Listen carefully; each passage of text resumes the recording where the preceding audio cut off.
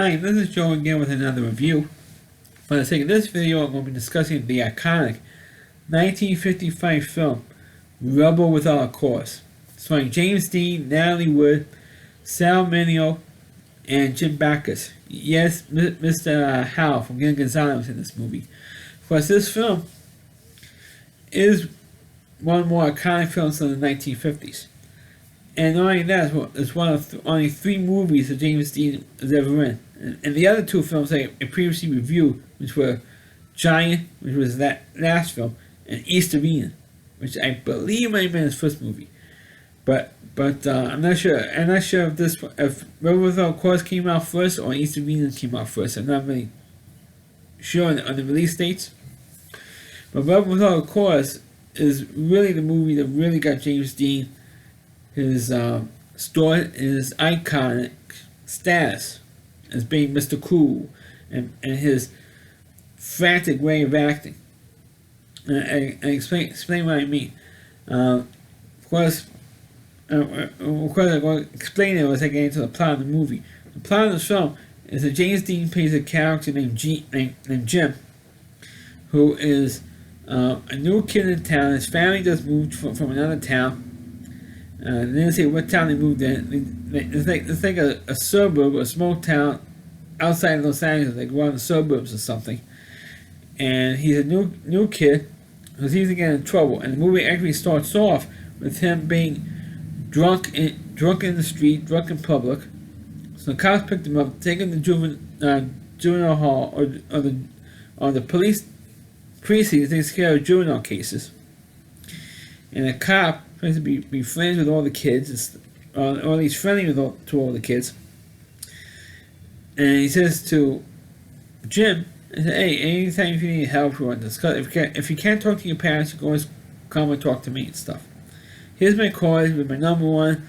You either come down here, or you can give me a call, whatever, and you can just talk to me. If you can't talk to your parents, you can always talk to me."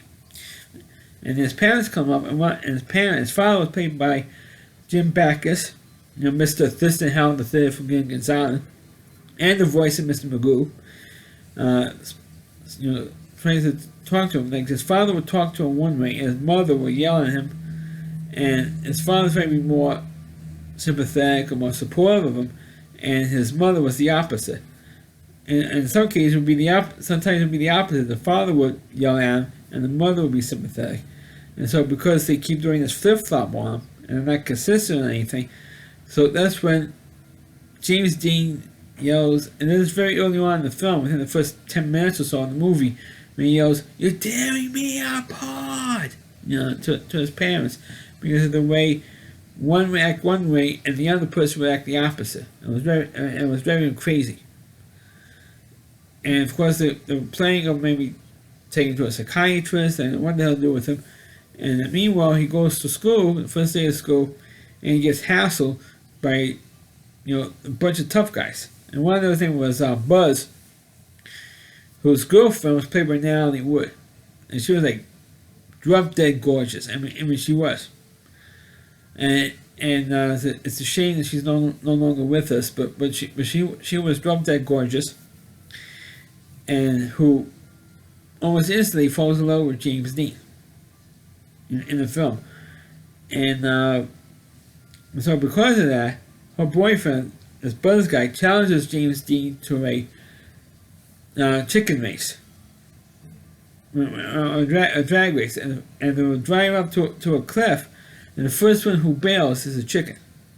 Right? And James Dean goes, nobody called me chicken, So to do the race, and what happens that in the last second, Jim jumps out of the car, but Buzz, his jacket gets caught on the car handle, and the car goes over the cliff with him in it.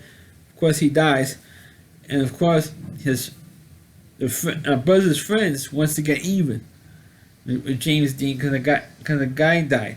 Like, it wasn't his fault. I mean, so his jacket got caught on the door handle, so it's not really James Dean's fault, because Buzz was the one who made the challenge to begin with. So they were hiding out from the cops, and James Dean or Jim, he wanted to talk to the cops, tell them what's going on, and the other guys, or the other thugs, I should say, thought that Jim snitched on him.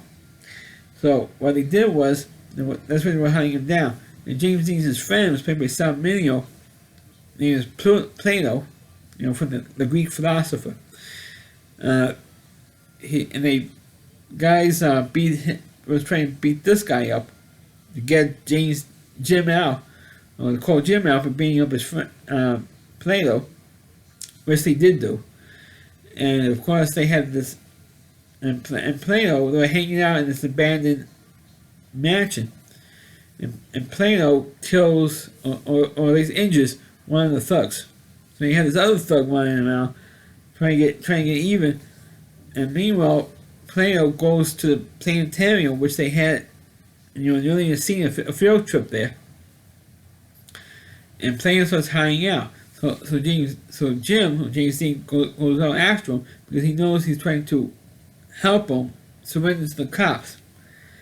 And at first he was reluctant to surrender to the cops, and in the thrilling incident at the planetarium, he gets a spoiler for those who didn't see this movie, but you can see it coming anyway because you see it plenty of other times in other movies.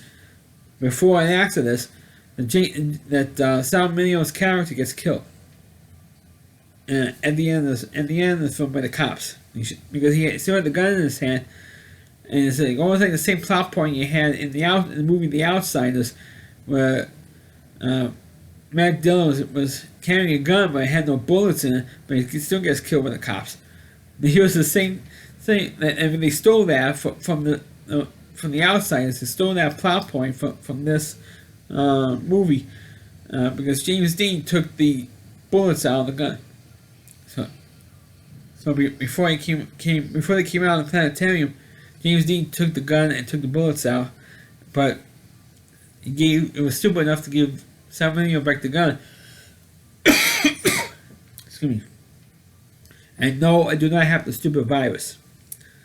So what happened was he gets killed, unfortunately, and everybody was, James Dean was upset. What happened? His friend ended up getting killed and stuff. And he explained to his parents that my friend trying to help my friend out, and the cops, killed him. I didn't know what to do, yada yada yada. Even the cop that Jim became friends with, the cop was trying to help him out. Even he was sympathetic to the whole situation. And but unfortunately, like I said, he ends up getting killed anyway, and that's pretty much how the movie, ends. Except the fact that now, at the end of the movie, James Dean and Natalie Wood were together at the end of this film. But like I said, this movie is not. It's an iconic piece of film, but like I said earlier, James Dean acts the same way in each one of these three movies. Except maybe in Giant, he was like a little bit more low key in Giant, a little more cool. The way he stood in the corner, the way he propped his feet up in the truck, and the way he acted, a little more down key. But here it's like a little more manic depressive, and this movie, or kind of like, but almost. If this movie was made today, people would say James Dean is like bipolar or something, or has a manic depressive attitude or something. But this movie is the movie that made James Dean cool. Like I said earlier, he only made like 3 movies, and he was ironically tragically killed in a car crash. Which is ironic considering that the chicken mace sequence is the iconic moment of this film. Same thing with James Dean in real life. Because it was such a tragedy. He had such enormous talent and enormous good looks, and of course he died early. And the only other actor who was compared to James Dean was Luke Perry, who also died. Well, maybe not as young as James Dean was when he died. He was like 52, 53 years old when he died of a stroke. But Luke Perry was compared to James Dean when Beverly Hills 90210 started. Because he did have that look, the rigid look, the sideburns, the chisel physique that James Dean had. You never really saw James Dean with his shirt off, but in his three films. But they were compared to him.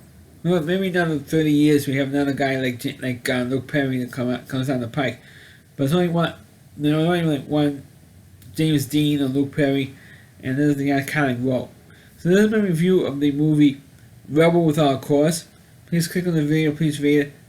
Please subscribe to my channel. Please forward this video on your Facebook pages. You can check out all my reviews on my YouTube channel at RallyC.com. That's over WDY. Then at C.com. That's the homepage of the Rally Reviewer. Christy Moore. Please check out all of his videos on his website. Thanks for watching, and catch you next time.